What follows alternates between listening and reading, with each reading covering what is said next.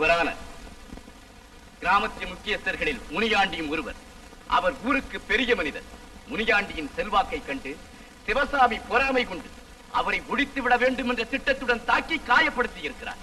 சாட்சிகளின் வாயிலாக இது நிரூபிக்கப்பட்டிருக்கிறது. ஆகவே ஈபிகோ 324 செக்ஷன் படி இவருக்கு தண்டனை அளிக்க வேண்டும் என்று கேட்டுக்கொள்ளுங்க.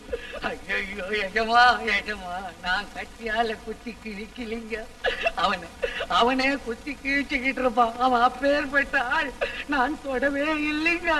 அவன் தான் என்ன பெரட்டி பெரட்டி அடிச்சானுங்க. அதற்கு ஏதேனும் சாட்சிகள் உண்டா? சாட்சி ஒண்ணு இல்லைங்க.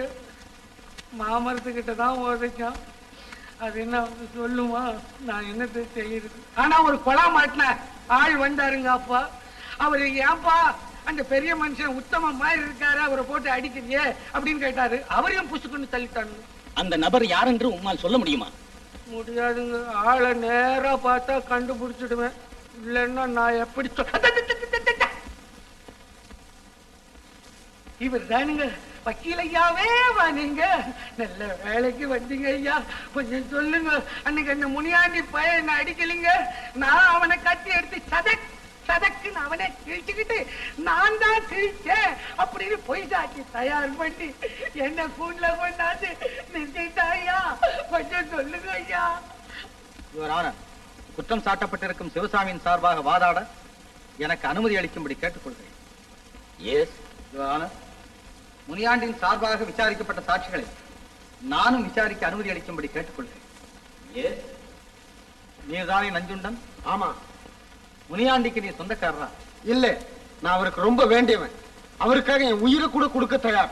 ஓஹோ, உயிரையே கொடுப்பீரா? அந்த அளவுக்கு அவர் மீது அபிமானம். சிவசாமி முனியாண்டி அடித்ததை நீர் பார்த்தீர். ஆஹா, உமது சொந்த கண்களா? ஆமா. முனியாண்டி சிவசாமி எந்த இடத்தில் எப்படி அடித்தார்? எந்த இடத்துல?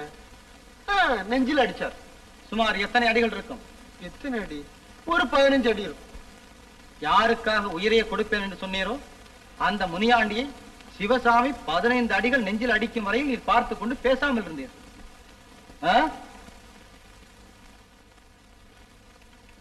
நீர் போகலாம். இந்த பாருங்க, நான் முதல்லயே சொல்லிடுறேன். கண்ணா பின்னாடி எக்கச்சக்கமான கேள்வியை கேட்டீங்க, நான் பதில் சொல்ல மாட்டேன். கேட்டமா தட்டு புட்டு சாட்சியை முடிச்சுக்கிட்டு முனியாண்டி கிட்ட சில்லறையை வாங்கி பையில போட்டுக்கிட்டு போலான்னு நினைக்கிறான். விடாதீங்க அவனு. ஆடோ நீர்தானே? ஆமா, மாணிக்கம். அப்புறம் என்ன கேளுங்க. ஓஹோ, மிக அவசரம் போல் இருக்கிறது. முனியாண்டி சிவசாமி அடித்ததை நீர் பார்த்ததாக சொன்னது பொய் என்று நான் சொல்லுகிறேன். அது எப்படி பொய்யாகும்?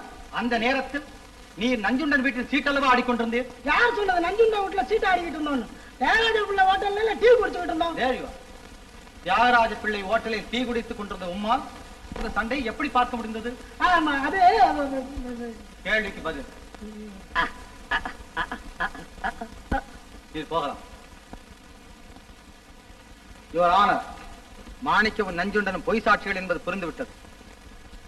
உண்மையான சாட்சி யார் தெரியுமா? நான் தான்.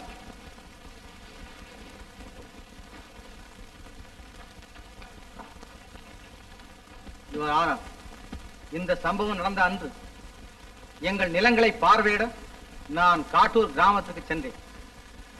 அப்போது வழியில் வந்து கொண்டிருந்த சிவசாமியை முனியாண்டி வழிமறித்து அடிய தாக்குவதை பார்த்தேன்.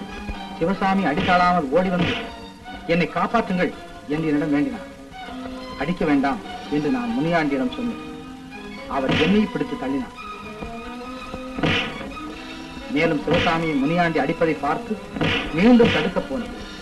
ஆனால் முனியாண்டி என் கன்னத்தில் ஓங்கி குத்திவிட்டார். எங்களை பாதுகாத்துக் கொள்ள வேண்டிய நிர்பந்தம் எங்களுக்கு ஏற்பட்டதால் நானும் முனியாண்டியை தாக்கும்படி நேரிட்டது.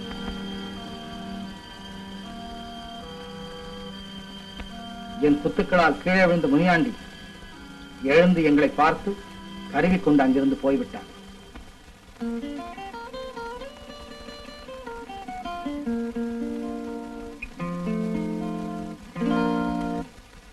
இதுதான் நடந்த உண்மை. நீங்கள் போகலாம்.